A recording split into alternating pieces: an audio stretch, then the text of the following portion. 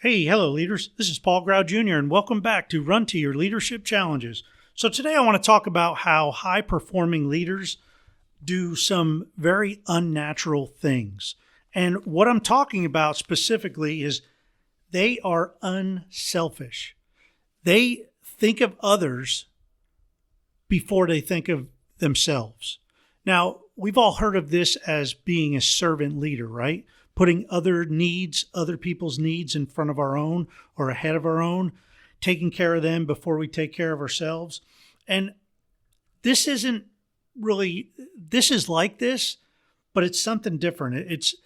It's not natural for anybody to really put other people before themselves, because it's kind of natural for us to take care of ourselves first and then naturally take care of others. Or if we need something, we'll fulfill that need and then we go after something else or help somebody else with their needs. It's just like if you ever fly, excuse me, and they give the safety briefing while they're taxiing out, and they say about the mask, if the oxygen masks fall, you're going to take your own first and put your own on, then you're going to care for whoever. If you have a child next to you or elderly or somebody who needs help, you're going to help them out. You take care of your own needs first, because if you pass out, you're not going to be there to help them, right? So, but it's not natural for us to automatically think of others and put others' needs before our own. And I was trying to think of all the unselfish, unnatural things that leaders have done in my military career. And there was one that really came to mind. And this guy, I was stationed up in Loring Air Force Base, Maine, 3 miles from the Canadian border, back when you just kind of waved at the guard and cross over into Canada, and same thing coming back. But it was just this little gate, right? The border. But anyway, this supervisor that I had, he was absolutely an unselfish leader. Now, he wasn't the best leader, I'm not going to say that, but he had this criteria down to a science. When I first got to Maine, he took me under his wing, and he did everything for me to make sure that I was comfortable. He was married, lived in base housing, had a couple kids. He would invite me over for dinner. He would invite me over on the weekends I was, I think, 23 or 24 at the time, but he'd invite me over because I was single. I was living in a dorm, and man, we went hunting together. He took me hunting, showed me a couple hunting spots, and took me fishing. And he was like a big brother to me. And I'll tell you, he had this down pat. Now, like I said, he wasn't the best supervisor in other areas, but this area he had down, because I felt so at home and so comfortable knowing that he had my back and he was there. And being my first duty assignment, it was kind of strange for me, and it was a new world.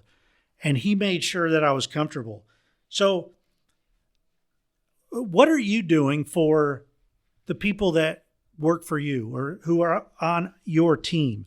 Are you serving their needs before you take care of your own needs? Are you putting them first? High-performing leaders almost disregard their own interests to a point to take care of others. And it's not natural. And if you don't do this, if I ask you, hey, are you putting the needs of your team members before your own? And you say no, I'm not going to hold that against you, because I know I haven't always done that as a leader. I've done it sometimes, but I'm selfish. I'll be right up front with you. I am selfish, and it's something that I think we all have a bit of selfishness where we want things for ourselves. But I'll tell you, this is a tough one. But if you do this, man, you are a high-performing leader and you're a high-performing leader that's going to instill something in your people that they're going to really take on. When I think about this as far as a biblical aspect, I think of how, and I don't know the exact verse, but I think of how Jesus washed the disciples' feet. He got down and washed their feet, which was like the lowest job there was back then because they wore sandals and their feet were filthy. He got down and washed their feet. And he came around to Peter and his disciple Peter, and Peter's like, "No, Lord, you're not going to wash my feet. I'm not going to let you." And Jesus told them, "Hey," and I'm not reading this, but Jesus said something to the effect of, "If you don't let me wash your feet, you can't be a part of me."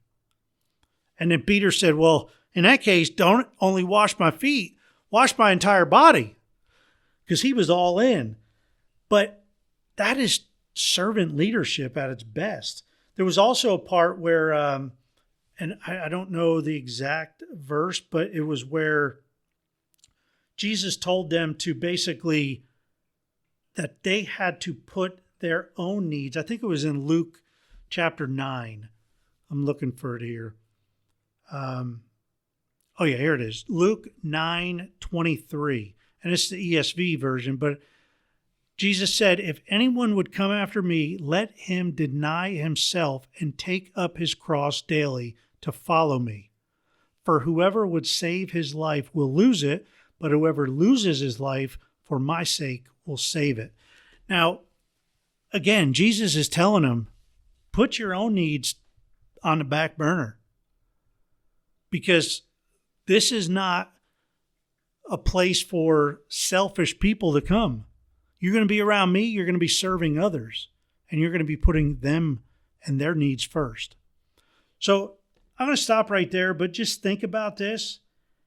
And like I said, I'm not going to hold it against you if this is tough for you to do, because it is truly tough.